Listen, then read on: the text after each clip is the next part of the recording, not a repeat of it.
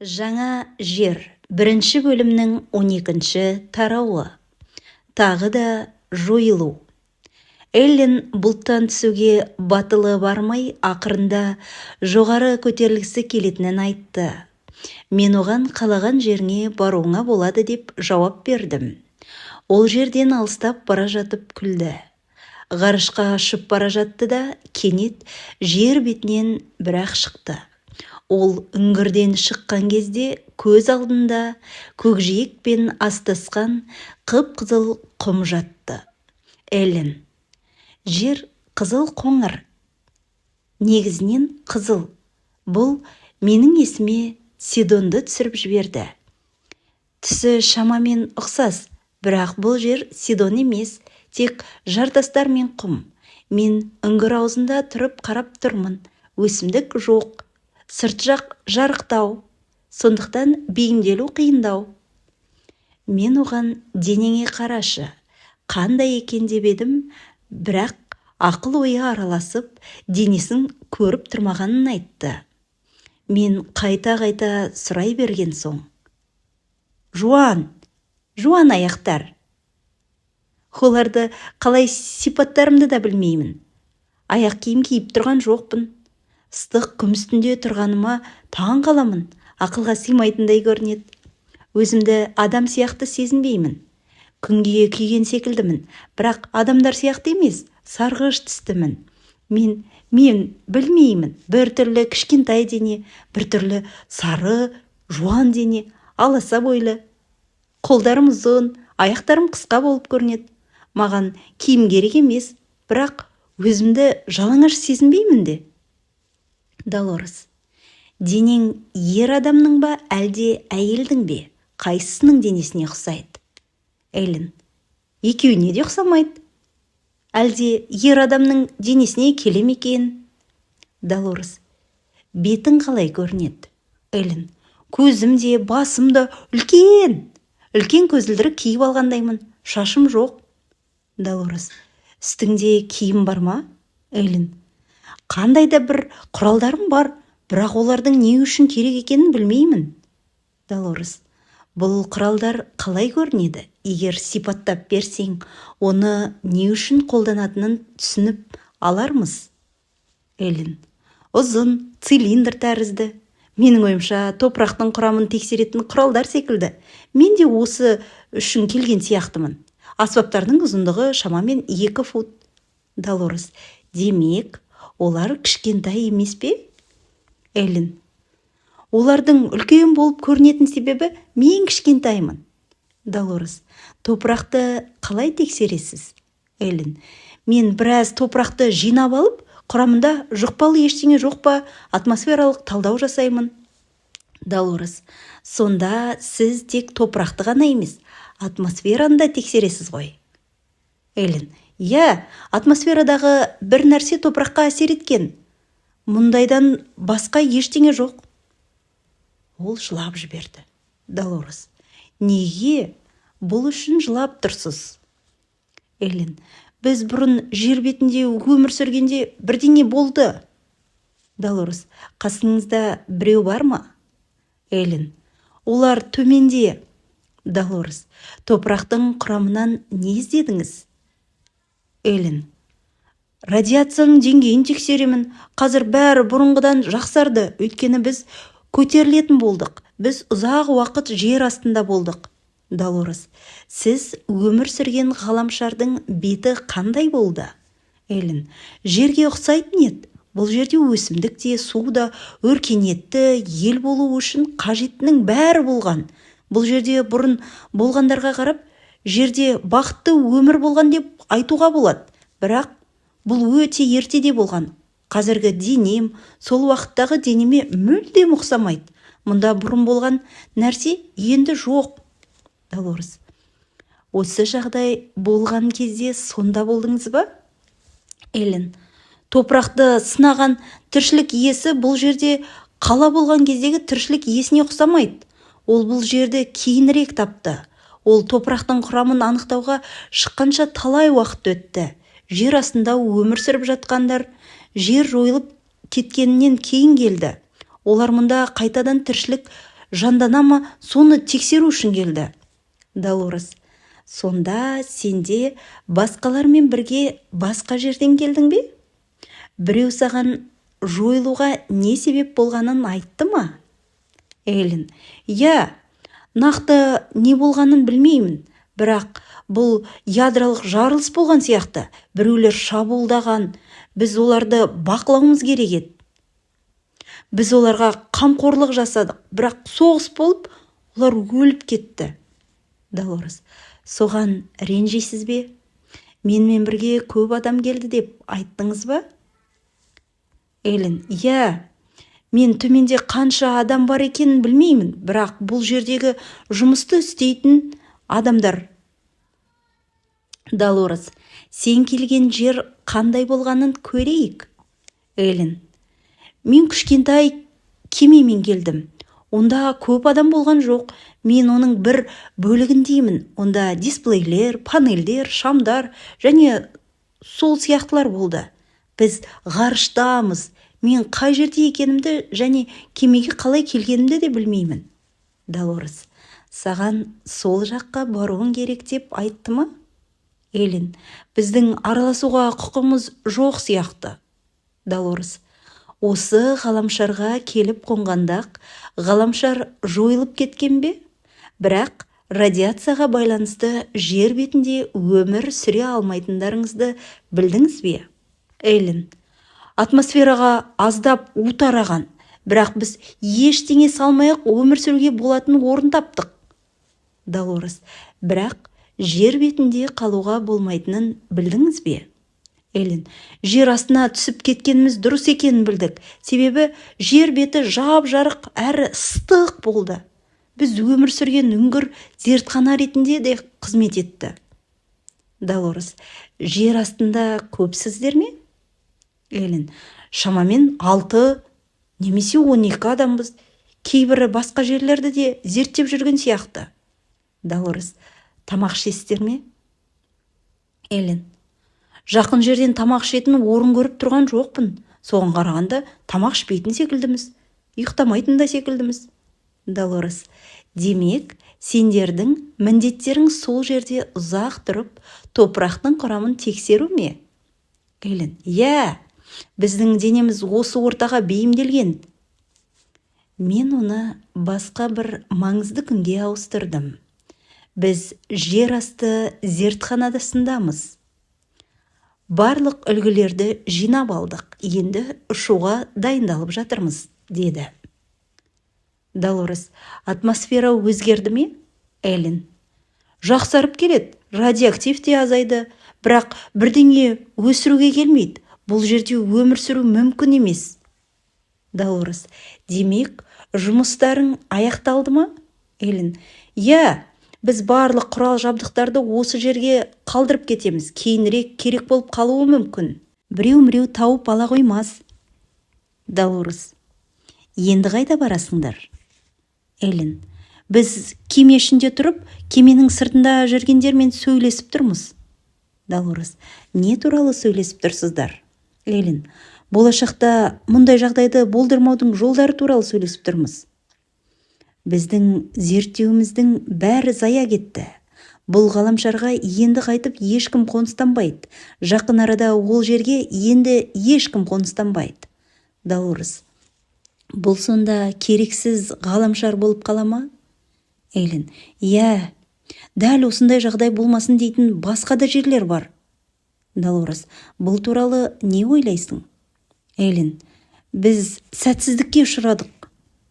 Мен оны басқа бір маңызды күнге ауыстырдым. Маған жерге баратын мүмкіндік туды. Долорес: қалай? Эллен: мен ерікті болдым. Долорес: олар еріктілерді іздеді ме? Осы жағдай болған кезде қайда болдыңыз? Эллен: кемеде болдым. Менің жетекшім жер бетінде мұндай жағдайды болдырмау үшін біздің адамдарды сол жерге жіберу керек еді. Долорес: олар жерде де осындай жағдай болуы мүмкін деп қорқа ма? Жерге барғыңыз келе ме? Эллен: иә, менің ойымша бұл өте қорқынышты болады. Бірақ мен қорқыныштың не екенін түсінбедім. Бірақ жойылған кезін көргенде қатты қорықтым. Долорес: кемеде ерікті болғысы келетіндер бар ма? Эллен: иә, біз көмектескіміз келеді. Біздің команданы жерге жіберді. Кейбірі кемеде қалады, кейбірі жерге кетеді. Енді бірі жер бетіндегі адамдарға қолдау көрсетеді. Бізге бәрін есте сақтауға көмектеседі. Өйткені жерде жүрген кезде есте сақтау өте қиын. Долорес: кемеден шыққан кезде денең қандай болады? Эллен: мен жер бетіндегі адамдар сияқты болуым керек. Долорес: менің сұрайын дегенім, қазіргі денең кемеде қала ма, әлде өліп қала ма? Эллен: бұл костюм немесе ыдыс сияқты. Ол таза утилитарлық рөл атқарады. Онда мен ешқандай рахат немесе адамдар қалыпты өмір деп айтатын нәрсені сезбедім. Ол тек жұмысты орындауға арналған. Біз оны үнемі өзгертіп отырамыз. Долорес: бұл нағыз тығыз дене емес дегіңіз келе ме?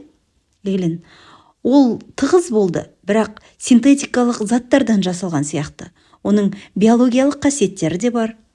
Долорес: сіз тастап кеткенде денеге не болады?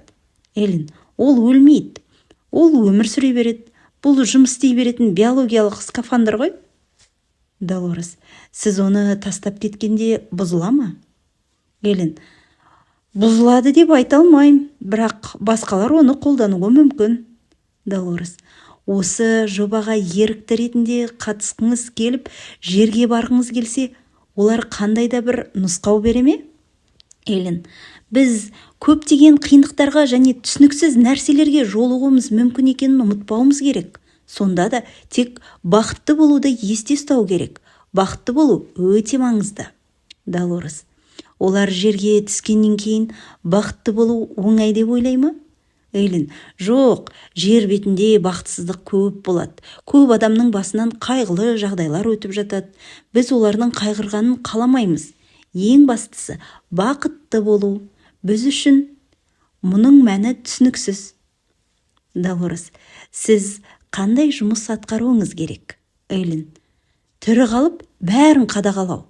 Долорес: сіз көптеген қиындықтарға тап боламыз деп айттыңыз. Эллен: иә, бұрын мұндай қиындықтарға жолықпағанбыз. Долорес: бірақ сіз бұл тапсырманы орындағыңыз келе ме? Эллен: бұл өте қызық тапсырма. Бұл топырақ үлгілерін жинағаннан да қызық. Жер бетіндегі адамдар белгілі бір нәрселерді ұмытып, бір-біріне дұрыс үйретпейді. Олар өздерін құртып алмас үшін бәрін есте сақтауына көмектескіміз келеді. Долорес: жерге барғанда физикалық денені табу керек пе? Эллен: иә, мен қыз боламын. Долорес: сенің таңдауға мүмкіндігің болды ма? Эллен: таңдаума болатын еді, бірақ бұл бір түрлі көрінді. Мен бұл рөлді таңдаған себебім, өйткені ол бұл ғаламшарда үстем болмады. Мен жоғары тұрмаудың, артықшылықты пайдаланбаудың қандай болатынын білгім келді. Біз әйелдердің жұмысы көп екенін көріп жүрміз. Ер адамдардың да жұмысы көп, бірақ әйелдер бала туа алады. Сондықтан олар өзгерістерге көмектесе алады. Олар соғыс пен жойылып кетуден сақтай алады. Өмірді жасаған адам оның жойылып кеткенін қаламайды. Долорес: бірақ баланың денесіне кіргенде бұл жерге неге келгеніңіз есіңізде қала ма? Эллен: басында бәрі есімде тұрады, бірақ мен мұнда келгенде қасында командағылардан ешкім болмады, немесе олар есіме қалмады ма? Мен оларды танымадым да. Осылай мен шатасып қаламын. Долорес: мен сізді өте батыл деп санаймын. Өйткені бұл жерге миссияңды ешкімнің көмегінсіз орындау үшін келдің.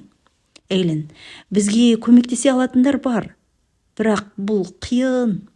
Долорес: бірақ қасыңда адамдарыңнан ешкім жоқ қой. Эллен: шынында да.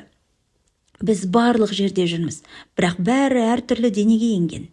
Кемедегілер бізбен сөйлесе алады, бірақ бәрі бірдей естілмейді. Бұл кейбіреулер үшін қорқынышты, өйткені олар оның не екенін түсінбейді ғой. Долорес: егер Сіз адам денесінде болғанда, олар сізбен сөйлесе алса, демек сіз жалғыз емессіз бе?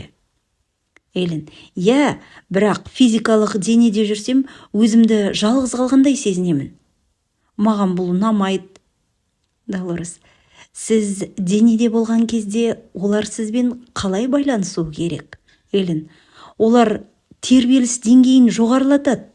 Бұл денені жетілдіру, қайта бағдарламалау сияқты. Бұл басқаларға да көмектеседі. Долорес: оларға қайта бағдарламалауға көмектесе ме? Эллен: бұл бір бөлікті немесе тіпті бірнеше бөлікті өзгерту сияқты. Содан кейін өз-өзіне өзгере береді. Долорес: олар мұны физикалық денеге кірмей тұрғанда кіретін денеге істей ме? Эллен: кейбір кезде солай болуы мүмкін, бірақ көбіне кейінірек істейді. Долорес: демек, бұл ұзақ процесс пе? Эллен: иә, біраз уақыт бәрін ұмытып кетеміз деп айтады олар. Барлығы болмаса да, көбі біз тап болған ортаға байланысты. Долорес: жолда қалмау үшін тербеліс жиілігін арттыру және қайта бағдарламалау маңызды ма? Эллен: олар біз ешқашан жолда қалмаймыз дейді. Оның үстіне адамның ақыл-ой бөлігі адамгершілікке жатпайтын, яғни адамға тән емес іспен күресетін сияқты. Олардың бірі босаңсып, бәріне өзінің қалағанын істеуге рұқсат беріп қояды. Сол кезде екіншісі не істерін білмей, айналада тым көп нәрсе болып жатыр. Менің ойымша, бәрін шатастыратын бөлік адамға тән емес бөлік. Ол басқаларының бар екенін білмейді. Бұл шынымен бір түрлі.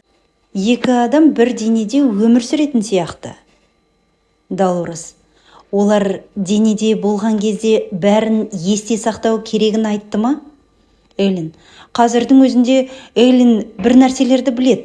Бұл соған қатты алаңдайды.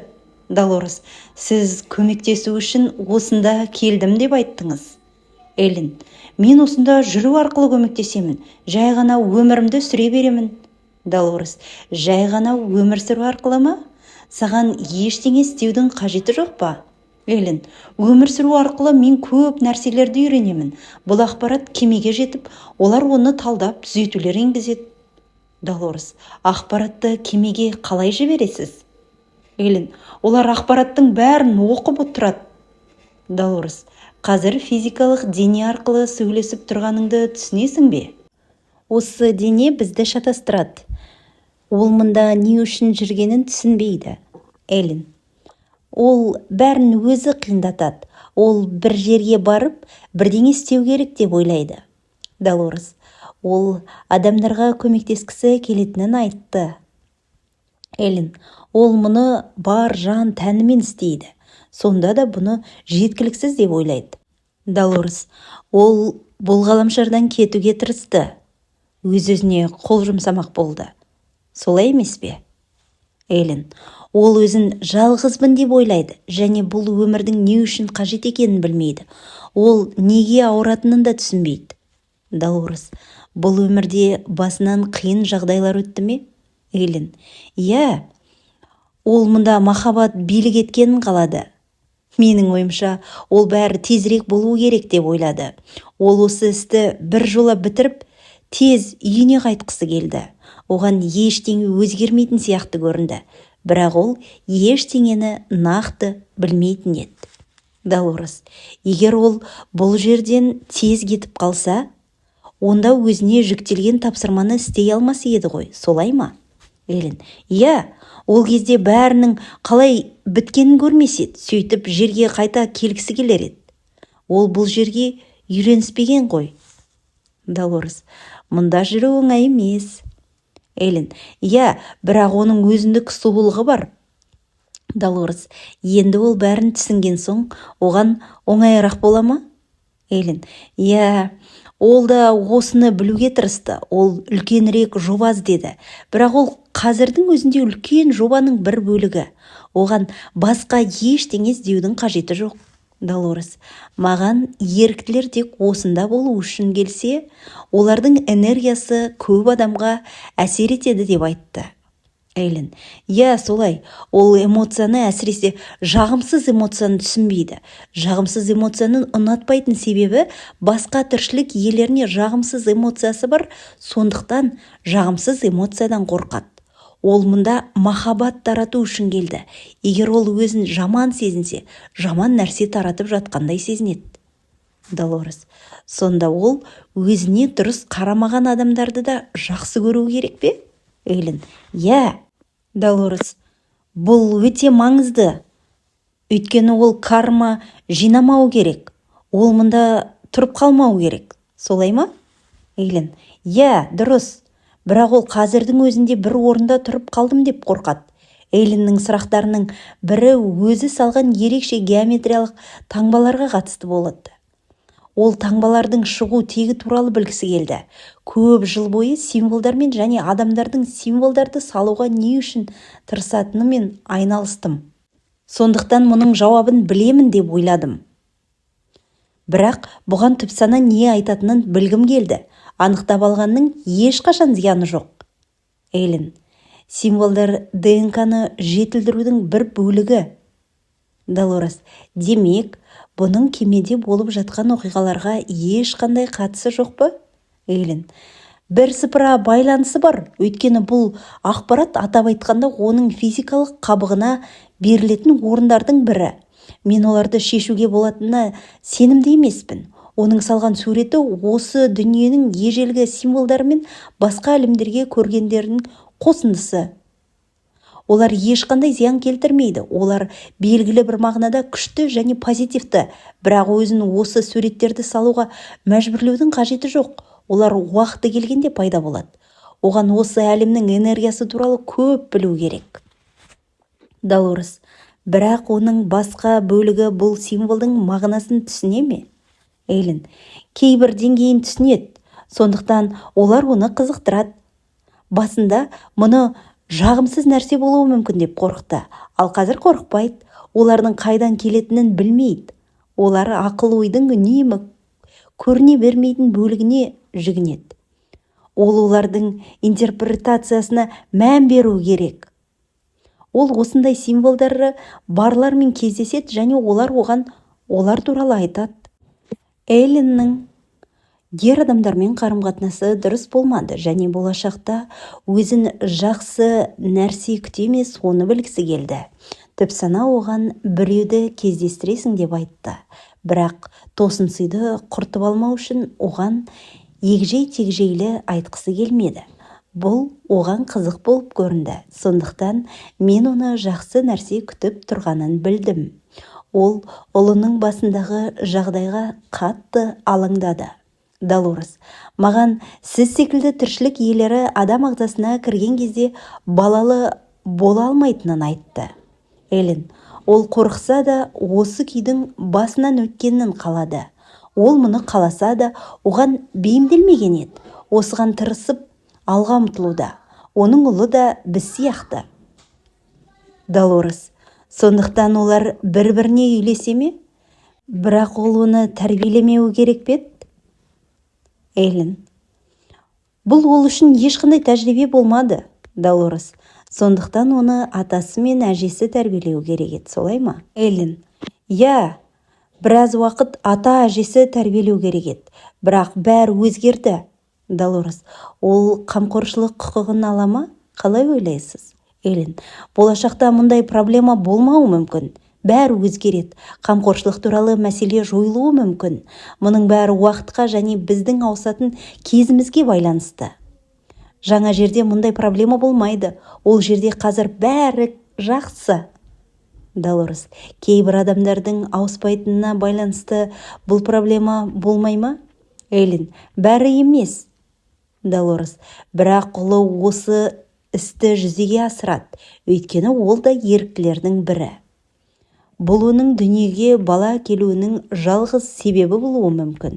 Эйлин: иә, ол өте маңызды болды, себебі ол оны өзі қаламаған кезде дамытты. Эйлиннің балалық шағында басынан өткен оқиғаларға қатысты бірнеше сұрағы болды, бірақ түпсана бұл туралы айтқысы келмеді. Бұл оны ұмытып тереңірек зерттемеу керек еді. Бұл оның көңіл күйін түсіріп, ешқандай көмектеспейді. Оған алға жүру керек. Оның өмірінің бұл бөлігі басқа өмір сияқты болды. Жер туралы білді, оның тұрғындарын түсінуге тырысты. Ол өмірінің осы кезеңде үнемі ұйықтап жатқандай болды. Мен ұйықтап жатырмын дегенде, ол мұнда не істеп жүргенін түсінбеді. Ол бәріне түсіністікпен қарады. Ол өмірде ешқашан кездеспеген адамдарға көмектесті. Өзі сияқты басқа адамдар оған есіне түсіруге көмектесті. Физикалық байланыстың болуы міндетті емес, барлығы тербеліс жиілігіне байланысты. Егер жан қиын жағдайға тап болса, бұл басқаларының жолын ашады. Осы жағдайдан шығу арқылы ол басқа адамдарға есік ашатын сияқты. Ол осында зиян әдетпен күресуге көмектесу үшін келді. Бұл қиын іс, бірақ ол өзгелердің жаман әдетін жеңуге көмектеседі, деді. Мен оның физикалық денесі туралы сұрадым. Ол өзіне жақсы қарайды, бірақ өзіне дұрыс қарамаған кездерде болды. Сол кезде денесі жаман болып кетті. Қоштасу хаты. Біз оны тыныштандыруға тырысамыз. Ол біздің кетіп бара жатқанымызға қайғырады, бірақ біз кетпейміз. Біз оның ештеңеге алаңдамағанын қалаймыз. Ол әрқашан қамқор болады, деді. Менің басқа бір кітаптарымда ғаламшарлардың жойылуына өз көзімен көрген адамдардың әңгімелері берілді. Олар мұны ғарыш кемесінде немесе бортында жүріп көрді. Ғаламшарға келгенде қирап қалғанын көрді. Олар мұны қашанда эмоционалды түрде сезінеді. Бұл оның қазіргі өмірінде де әсер етеді. Кейбірі еш себебі болмаса да үнемі мұңайып жүретінін айтады. Кейбірі бала күнінде қатты қайғырғанын айтып берді. Туыстары олардың күліп, бақытты болып жүргенін ешқашан көрмеген. Енді бірі бала күнінен бір қорқыныштың соңынан қалмағанын айтады. Әрине, мұндай жасырын эмоциялар олардың шынайы өміріндегі проблемадан туындады. Бұл олардың жер тарихындағы қиын кезеңде ерікті болып келуге дайын екенін білдіреді. Олар ғаламшардың жан түршігерлік жағдайда жойылғанын көрді. Тағы бір ғаламшардың дәл солай жойылғанын қаламайды. Басшылары жерге де дәл осындай қауіп төніп тұрғанын айтқанда, олар бұл әлемге келді. Бірақ жер бетіне келгеннен кейін өздерін күтіп тұрған қиындықтан салмағы қандай болатынын түсінбеді. Себебі естеліктері естен шығып кетеді. Қазір енді бәрі маңызды екенін түсінуі керек. Олардың энергиясы маңызды өзгерістерге ықпал етуі керек. Олардың бар істейтін жұмысы осында болу.